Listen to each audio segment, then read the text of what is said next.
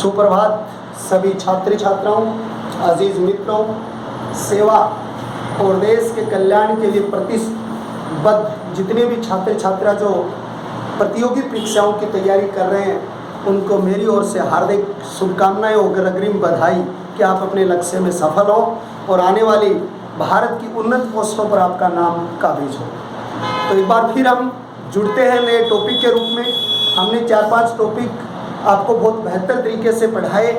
अब हम हिस्ट्री के टॉपिक लेंगे, लेकिन एक बात क्लियर कर दूं कि आने वाले समय में कल्चर के और हिस्ट्री के दोनों टॉपिक मैं आप तक पहुंचाने का पूरा प्रयास करूंगा। थोड़ी अब स्पीड भी बढ़ाएंगे कंपटीशन का दायरा बढ़ाने के लिए। अब मैं एक टॉपिक आपके सामने लेके आया हूँ राजवंशीय इतिहास में, और उस टॉपिक का नाम है चौहान वंश। यानी जहाँ से एक प्रश्न हर कंपटीशन के एग्जाम में आता है, हर तरीके की एग्जाम में जो हुई है उनके अंतर्गत ये प्रश्न आता है।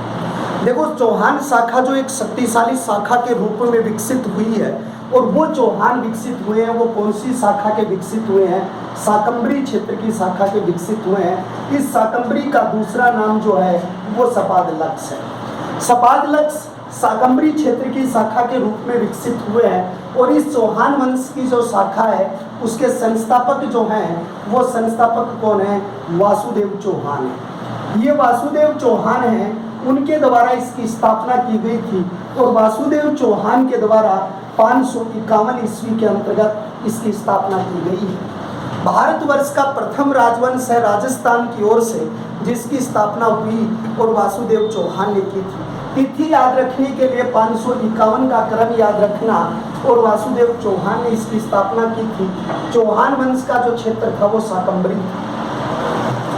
यानी अगर रिश्ते में कोई भी बात अगर की जाती है तो हमारा रिश्ता जो मम्मी के पक्ष से होता है वो नानी और दादी का रिश्ता होता है। इसलिए यानी मातृ पक्ष में जो श्रेष्ठ रिश्ता होता है वो नानी का होता है। तो राजस्थान के इतिहास की पहली कोई कुलदेवी किसी राजवंश ने स्वीकार की है तो वो कुलदेवी स्वीकार की है किसको? शाकंभरी को स्वीकार किया गया है। और शाकंभरी कुलदेवियों में सबसे पुरानी है, इसलिए इसे देवियों की क्या कहा जाता है? देवियों की नानी कहा जाता है, जिसको एक शॉर्ट रूप में देवयानी शब्द के रूप में कहा जाता है। 2013 की पटवारी की परीक्षा में पूछा गया प्रश्न था कि देवयानी पवित्र स्थल कहाँ है, तो उसके अंतर्गत आपने जिस प्रश्न का जवाब आपको लिखना था वो सांप्र क्षेत्र जयपुर लिखना था, जहाँ पर शाकंभरी देवी का सुप्रसिद्ध मंदिर जो है वो बना हुआ है। इसे देवियों की नानी कहते हैं। देवयानी पवित्र स्थल के रूप में सांबर जयपुर का प्रसिद्ध है। वासुदेव चौहान ने इस चौहान शाखा की क्या की थी? स्थापना की थी। लेकिन राजस्थान में केवल एक शाखा नहीं है चौहान की, कि आज अगर मैं इस चौहान वंश में आपको बुवक चौहान, दुर्लभ चौहान, वाकपति चौहान का क्रम पढ़ा दूं और आप भी संतुष्ट हो जाएं, लेकिन आने वाला कंपटीशन आज विचित्र रूप से क्वेश्चन कर रहा है, इसलिए मैं वो सारी जगह बताऊं जहां पर राजस्थान के विभिन्न चौहान वंश विकसित हुए हैं। अगला चौहान वंश विकसित हुआ है, दूसरी शाखा जो विकसित हुई है वो नाडोल शाखा है। कौन सी शाखा है? नाडोल शाखा है। और नाडोल शाखा वो कहाँ पर विकसित हुई है? पाली के अंतर्गत विकसित हुई है। इस शाखा की स्थापना किसने की थी? 960 ईस्वी के अंतर्गत इस शाखा की स्थापना की गई थी, और किसके द्वारा की गई थी? लक्ष्मण चौहान के द्वारा इसकी स्थापना की गई थी। ये लक्ष्मण चौहान थे, वो नाडोल पाली शाखा के मुख्य संस्थापक के रूप में प्रसिद्ध हुए थे। ये भी शाकंभरी चौहान के राजा थे। यानी ये जो शाकंभरी है, इस शाकंभरी के एक शासक हुए हैं जिसका नाम है वाकपति राज। और ये वाकपति राज जो नाम के राजा हुए हैं शाकंभरी चौहानों के, इस वाकपति राज के पुत्र थे कौन? लक्ष्मण चौहान। ये किसके पुत्र थे? वाकपति राज। शाकंभरी के चौहानों का राजा था वाकपति राज, और वाकपति राज का पुत्र था लक्ष्मण चौहान। याद करने का एक तरीका होगा, शूर्पणखा की नाक काटी थी किसने? लक्ष्मण ने। किसने काटी थी? लक्ष्मण। तो शूर्पणखा की क्या काटी? नाक काटी। तो नाक का मतलब हो गया नाडोल, और काटी किसने? लक्ष्मण ने। तो एक कोड के आधार पर भी आप याद रख सकते हो कि नाडोल शाखा की स्थापना जो की गई है वो लक्ष्मण चौहान के द्वारा इसकी स्थापना की गई है। नाडोल शाखा के बाद तीसरी जो शाखा विकसित हुई वो जालोर शाखा के रूप में विकसित हुई है। और उसमें क्या हुआ वो देखिए, इस नाडोल शाखा के एक शासक थे और उस शासक का नाम था अल्हड़। यानी नाडोल शाखा के शासक कौन थे? अल्हड़ थे। और अल्हड़ नाम के जो राजा थे, उस अल्हड़ नाम के राजा के पुत्र थे और उसका नाम था कीर्तिपाल। क्या नाम था? कीर्तिपाल। अल्हड़ के पुत्र कौन है? कीर्तिपाल। और उस कीर्तिपाल को इतिहास में एक शब्द से माना जाता है जिसको मोरोतलेंसी कहते हैं, कित्तू। कित्तू शब्द का अर्थ होता है महान राजा। तो ये जो कीर्तिपाल है, इस कीर्तिपाल ने यानी कि जालोर क्षेत्र में एक नई शाखा की स्थापना की थी। और जालोर क्षेत्र में जो नई शाखा की स्थापना की थी कीर्तिपाल कित्तू ने, और वो कहाँ पर की थी? 1182 ईस्वी के अंतर्गत। याद रखिए, एक क्रम दूसरे क्रम से जुड़ा हुआ है। वाकपति राज के पुत्र लक्ष्मण ने नाडोल शाखा स्थापित कर दी।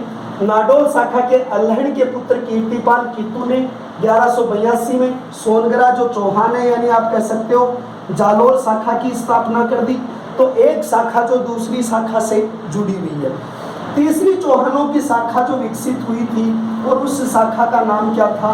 रणथंभौर। एक बात और बता दूं बच्चों, यहाँ याद ध्यान रखना मेरे साथियों, मेरे अजीज मित्रों, कि नाडोल शाखा जो आपकी है, एक तो ये याद रखना, और एक जो आपकी सोनगरा जो है जालोर शाखा, इस नाडोल और सोनगरा चौहानों की जो कुलदेवी थी वो आशापुरा माता थी। इसको आशापुरा भी लिखा जाता है, मनोधरी माता भी लिखा जाता है। तो ये आशापुरा माता इनकी कुलदेवी थी। तो नाडोल और जालोर इन दोनों की कुलदेवी कौन सी है? आशापुरा माता है। और शाकंभरी के चौहानों की कुलदेवी कौन सी है? शाकंभरी देवी है। रणथंभौर शाखा पृथ्वीराज चौहान तृतीय के पुत्र थे। किसके पुत्र थे? पृथ्वीराज चौहान। और पृथ्वीराज चौहान जो थर्ड थे, इसको इतिहास में कई नामों से जानते हैं। पृथ्वीराज चौहान भी कहते हैं, राय पिथौरा भी कहते हैं, पृथ्वीराज थर्ड भी कहते हैं। ये पृथ्वीराज थर्ड के पुत्र थे गोविंद राज। कौन थे? गोविंद राज। और उस गोविंद राज ने कहाँ पर एक शाखा की स्थापना की थी? रणथंभौर शाखा की स्थापना की थी। 1194 ईस्वी के अंतर्गत इन्होंने रणथंभौर क्षेत्र के अंतर्गत चौहान वंश की चौथी शाखा विकसित की थी। तो 4 शाखाएं आपकी विकसित हो गई थी। और 4 शाखाओं के बाद अब 5वीं शाखा में आपको बता रहा हूँ, चौहान वंश की 5वीं शाखा कौन सी विकसित हुई थी और इसको किस तरीके से विकसित किया गया था।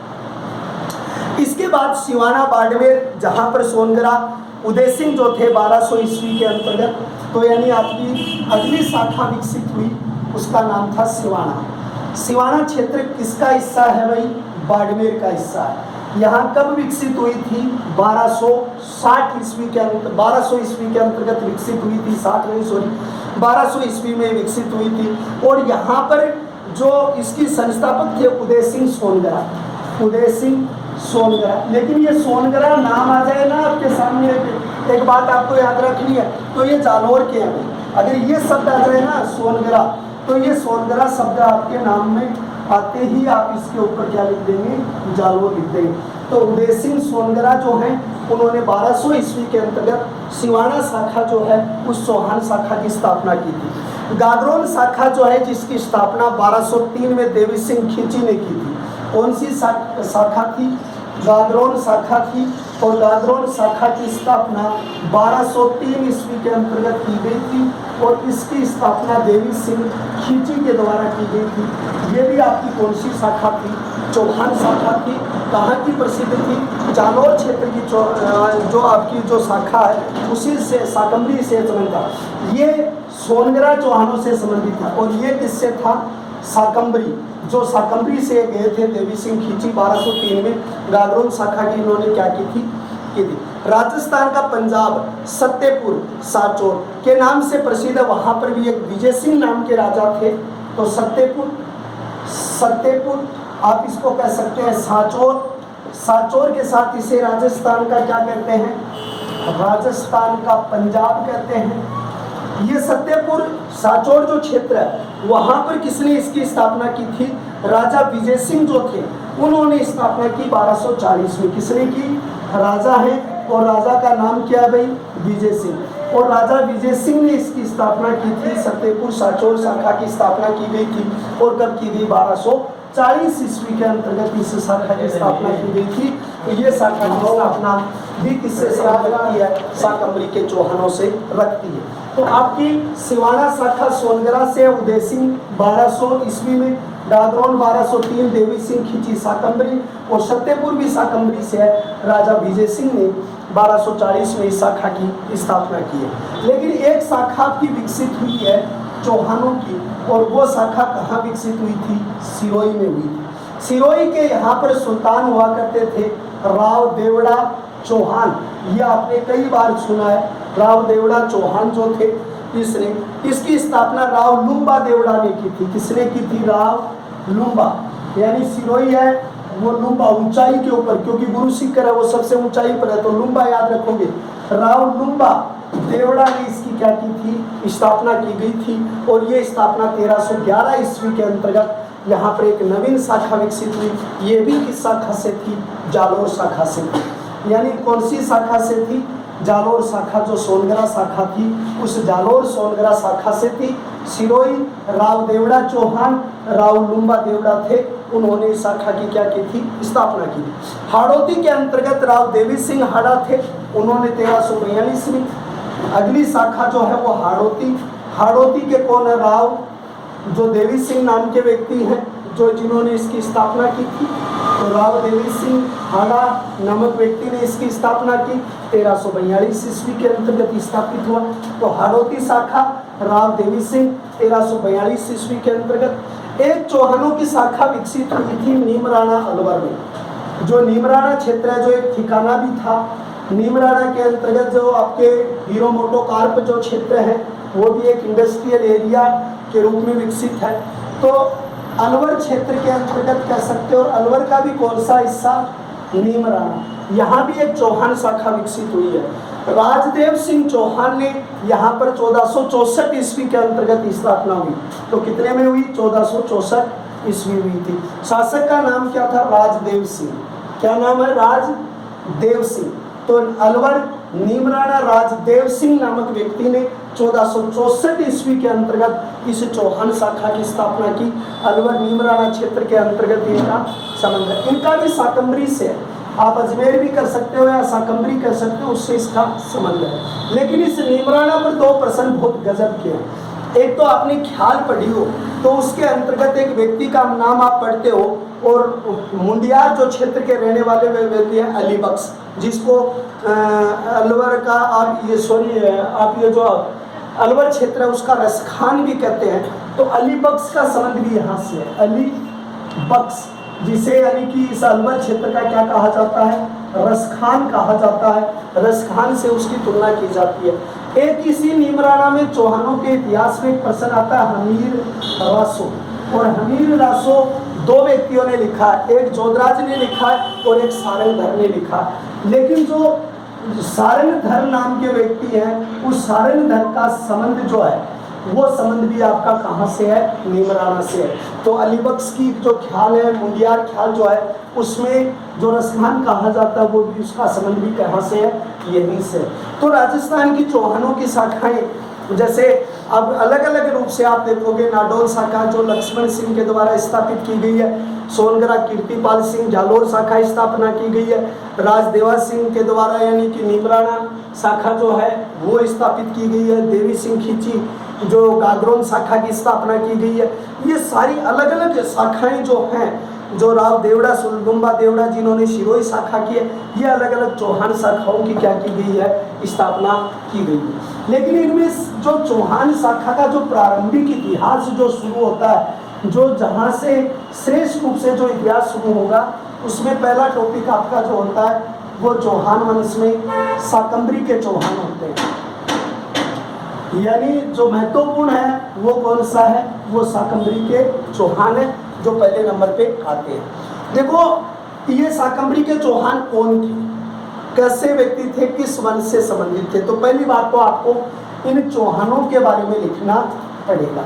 इसका एक अभिलेख मिला, जिस अभिलेख का नाम है बिजोलिया शिलालेख। आप इसको शिलालेख कह सकते हो, बिजोलिया शिलालेख, जिसके लेखक कौन है? गुणभद्र है। भाषा कौन सी है इसकी? संस्कृत है।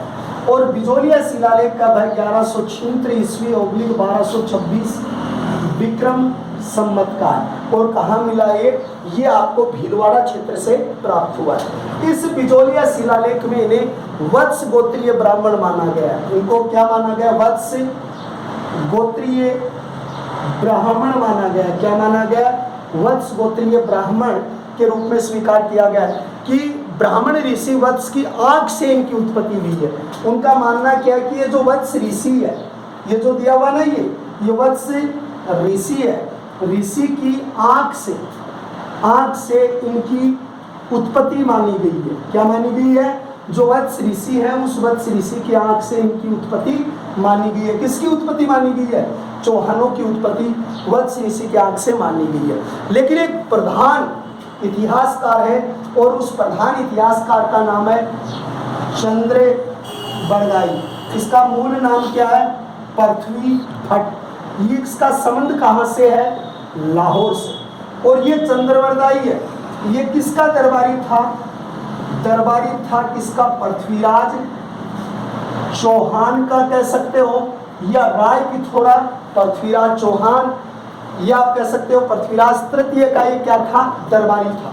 इस पृथ्वीराज तृतीय के दरबारी ने इनकी उत्पत्ति किससे मानी है?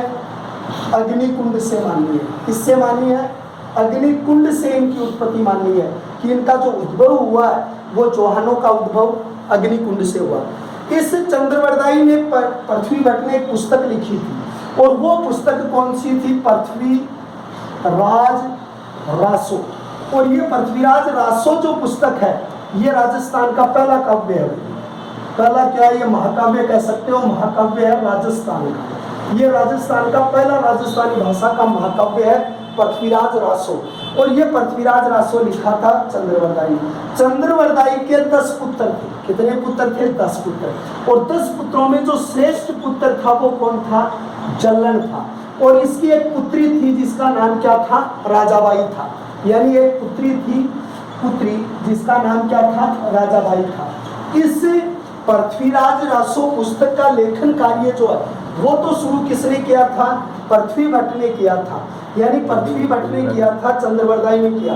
लेकिन इसका पूर्ण लेखन इनके 10 पुत्रों में से जो श्रेष्ठ थे वो जल्लन थे। उस जल्लन ने इसको पूरा लिखा, और इसकी जीवन चरित्र में यानी जो महत्वपूर्ण भूमिका रही है वो राजाबाई की भी महत्वपूर्ण भूमिका रही है। ये आपकी इसकी जानकारी स्रोत है। एक अभिलेख मिला, आबू अभिलेख है, जो 1285 ईस्वी का जो आबू अभिलेख है उसमें इसको चंद्रवंशी माना गया है। तो चौहानों को 1285 का अभिलेख देखिए, 1285 का अभिलेख का नाम क्या है? आबू अभिलेख। और 1285 के आबू अभिलेख में क्या माना गया है? चंद्रवंशी माना गया कि ये क्या थे? चंद्रवंशी। एक पुस्तक लिखी गई है जिसका नाम है हमीर महाकाव्य। कौन सी पुस्तक है? हमीर महाकाव्य। हमीर महाकाव्य में कौन थे? नयनचंद्र सूरी थे। और नयनचंद्र सूरी ने इसे क्या माना है? सूर्यवंशी स्वीकार किया। तो नयनचंद्र वंशी सूर्यवंशी माना। आबू अभिलेख 1285 चंद्रवंशी। वत्स गोत्र की ऋषि की आंख से बिजोलिया शिलालेख। चंद्रवरदायी अग्निकुंड से इनकी उत्पत्ति मानी है। तो ये इनका एक उत्पत्ति सिद्धांत था जो यानी इनको माना गया है। तो चौहान वंश जो है, अब उनके प्रसिद्ध राजा कौन हुए? पहले राजा वासुदेव चौहान हुए। तो पहले शासक के रूप में आप किसका नाम लिखोगे? वासुदेव चौहान। अब वासुदेव चौहान की कुलदेवी कौन सी थी? शाकंभरी माता। शाकंभरी माता को क्या कहा जाता है? देवयानी। प्रसिद्ध मंदिर कहाँ बना हुआ है? सांबर झील। सांबर झील का संस्थापक किसको माना गया है? तो आप संस्थापक में नाम लिखेंगे किसका? वासुदेव चौहान को माना गया है, वासुदेव चौहान को। सांबर झील जो है वो शुद्ध नमक पैदा करती है। और यहाँ पर एक कंपनी स्थापित की गई है, हिंदुस्तान साल्ट लिमिटेड है। Hindustan Sambhar salt limited company जो स्थापित की गई है, और वो Hindustan Sambhar salt limited company जो स्थापित की गई है उसके माध्यम से 8.7% यहाँ पर क्या होता है? नमक पैदा होता है शुद्ध नमक के रूप में।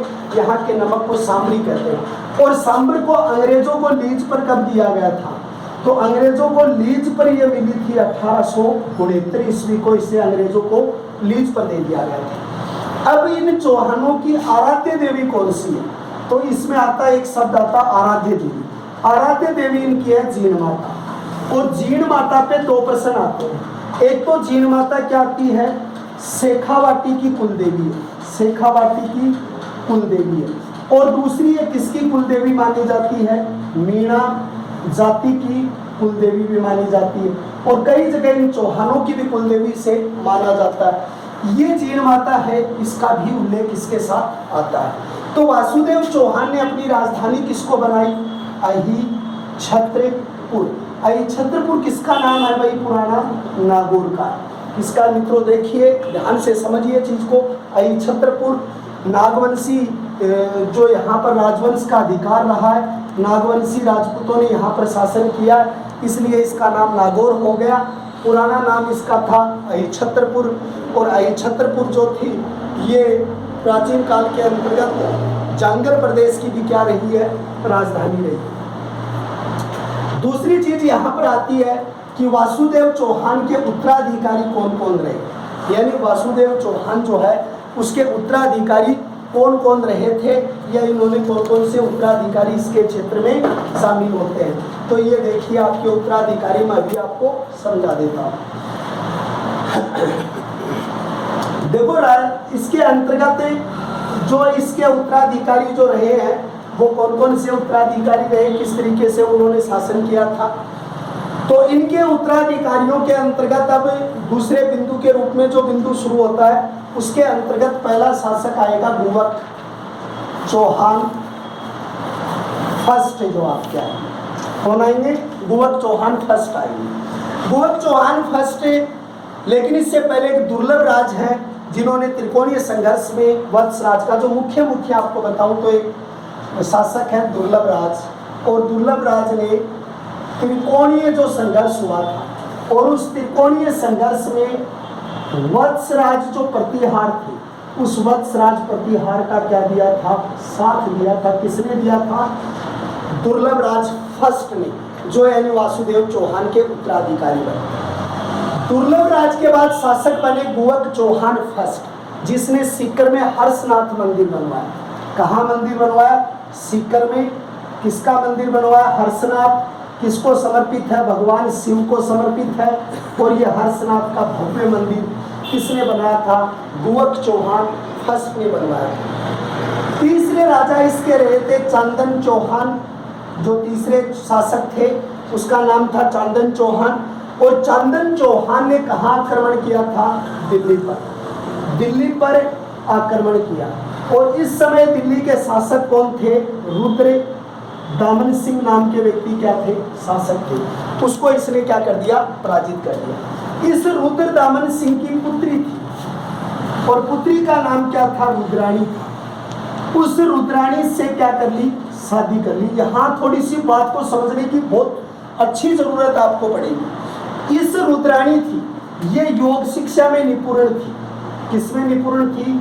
योग शिक्षा में निपुण थी। और योग शिक्षा में निपुण होने के कारण इसको क्या कहा जाता है? योग रागिनी रानी कहा जाता है। क्या कहा जाता है? योग रागिनी रानी के नाम से इसको जाना जाता है। और रुद्राणी जो यानी कि रुद्र दामन सिंह की पुत्री थी, उससे शादी की थी चांदन चौहान ने। ये रुद्राणी जो थी वो पुष्कर झील में, कौन सी झील में? पुष्कर झील में। यानी क्या चला है? सर्प दोष धोने के लिए, यानी कहते हैं कि इसका पूर्व जन्म का इसके ऊपर दोष था। सर्पनाग का एक दोष माना जाता है, सर्प दोष इसको कहते हैं। वो सर्प दोष था इस पर। उस सर्प दोष को कम करने के लिए ये पुष्कर झील में 100 दीपक जलाया, 1000 दीपक जलाती थी। ये 1000 दीपक जलाने की जो कहावत है वो भी इसके साथ जुड़ी हुई है कि ऐसी कौन सी रानी है जिसने पुष्कर झील पर अपने सर्प दोष को धोने के लिए या पूर्व जन्म का एक सर्प का दोष था उसको कम करने के लिए 1000 दीपकों की परंपरा किससे जुड़ी हुई है? तो पुष्कर झील से जुड़ी हुई है। और योग रागिनी या रुद्राणी जो है उससे जुड़ी हुई है। इतिहास में इसका एक नाम और भी आता है जिसका नाम क्या था? आत्म प्रभा। यानी इसका इतिहास में दूसरा नाम जो उल्लेखित होता है वो दूसरा नाम क्या होता है? आत्म प्रभा के रूप से भी उल्लेखित किया जाता है। तो अगली बात देखिए, तो ये दो राजा आपके चौहान वंश के हुए हैं। तीसरे शासक के रूप में वाजपती चौहान प्रथम आपके शासक आते हैं, वाजपती चौहान। अभी मैंने आपको बताया था कि 960 ईस्वी के अंतर्गत वाजपती चौहान के पुत्र लक्ष्मण ने नाडोल शाखा की स्थापना की थी। मैंने अभी आपके बारे में चर्चा की थी। और यहाँ पर इसने पदवी धारण की थी, महाराजा की पदवी धारण की थी। तो वाजपती चौहान पहला चौहान शासक था जिसने महाराजा की पदवी धारण की। और इसी वाजपती चौहान के पुत्र लक्ष्मण ने नाडोल शाखा की स्थापना की थी। अभी मैंने नाडोल शाखा का आपसे जिक्र किया था 960 में, जो दूसरी चौहानों की शाखा थी उसके रूप में स्थापित हुए थे। फिर उसके बाद में विग्रहराज सेकंड राजा बने चालुक्य वंशी। तो इसके बाद में आपके शासक आएंगे विग्रहराज सेकंड। इन्होंने किसको पराजित किया? चालुक्य वंशी राजा थे और उस मूलराज को पराजित किया। और मूलराज से एक रियासत इसने ली थी, वो कौन सी थी? भैडोज। कितनी मोस्ट बात है कि विग्रहराज सेकंड चालुक्य वंशी मूलराज से एक रियासत उन्होंने ली थी, उस रियासत का नाम था बेड़ोज रियासत थी। उसके बाद दुर्लभ राज सेकंड राजा बने। कौन से राजा बने? दुर्लभ राज सेकंड राजा बने। और इसने दुर्लभ मेरु उपाधि धारण की थी। दुर्लभ मेरु उपाधि का मतलब था जिसको जीता ना जा सके, जिसको श्रेष्ठ रूप से हराना संभव नहीं है, ऐसी उपाधि उसने क्या की थी, यानी इसने विजय धारण की थी। इन दोनों पर दो चीजें आती है, एक तो दुर्लभ राज पे तो यह दुर्लभ मेरु की उपाधि, इसको जीता नहीं जा सकता। और विग्रहराज सेकंड को बिजोलिया शिलालेख में, कौन से शिलालेख में? जो बिजोलिया शिलालेख है, उस बिजोलिया शिलालेख में इसको क्या कहा गया है? दक्षिण का स्वामी कहा गया। इसको क्या कहा गया? इतिहास में दक्षिण का स्वामी कहा गया। इसके बाद गोविंद सेकंड शासक बने और गोविंद सेकंड नाम के व्यक्ति शासक है। इस गोविंद सेकंड को इतिहास में शत्रुओं का नाशक कहा जाता है। क्या कहा जाता है? इसको शत्रुओं का नाशक कहा जाता है। और इसके बाद में बने थे पृथ्वीराज चौहान, फर्स्ट शक्तिशाली राजा बने थे। और पृथ्वीराज चौहान के बारे में देखिए, इसके बाद में राजा बने थे पृथ्वीराज चौहान फर्स्ट बने थे। और ये पृथ्वीराज चौहान फर्स्ट जो शासक बने, मित्रों चीज़ों से जुड़े रहो। बीच में जो आपको मौका मिलता है, टाइम मिलता है, केवल अध्ययन कंटिन्यूटी में होना चाहिए। तो इसमें पृथ्वीराज चौहान थे, इसने एक मंदिर बनवाया था, जीर्ण माता का मंदिर। और जीर्ण माता का मंदिर किसने बनाने वाला? अट्टड़ नाम का कारीगर था, उससे बनवाया। जीर्ण माता थी, उसका जन्म हांगू गांव चूरू में हुआ था। जीर्ण माता थी, उसके भाई का नाम हर्ष था। इसे मधुमक्खियों की देवी कहते हैं, मीणा जाति की कुलदेवी कहते हैं, इसे शेखावाटी की कुलदेवी कहते हैं, चौहानों की आराध्य देवी कहते हैं। इस पर बकरे का कान चढ़ाया जाता है। जीर्ण माता का गीत सबसे लंबा गीत है। जीर्ण माता जो है वो जीर्ण माता है जिसको पहाड़ों की देवी भी कहते हैं। वैसे तो अबुर्दा देवी सिरोही आती है, लेकिन जीर्ण माता जो है, उस जीर्ण माता पर दवारा सिंह नाम के सेनापति ने, औरंगजेब ने आक्रमण किया था, जिसने मधुमक्खियों के सामने घुटने टिका दिए थे। तो ये काफ़ी प्रश्न है। 2.5 प्याले शराब के जो चढ़ते हैं वो जीर्ण माता के पीती है, वो शिला देवी आती है। तो ये यहाँ से प्रश्न जो आते हैं वो इस तरीके के आते हैं। अब आपको सीधा वहाँ से एक चीज़ पढ़ाई जाती है, अजय राज। अजय राज के बाद के चौहान वंश है, वो आपकी चाहे गाइडें हैं, बुकें हैं, उनमें दिए हुए मिलते हैं। तो हम इसको सविस्तार आपको आगे की ओर पढ़ाएंगे। इनमें से बहुत सारे क्वेश्चन आपकी पुरानी एग्जामों में, RS की एग्जाम में देखिए, पटवारी ग्राम सेवक में देखिए, आजकल वहाँ से प्रश्न देखे जा रहे हैं। सत्यपुर में चौहान शाखा की स्थापना किसने की?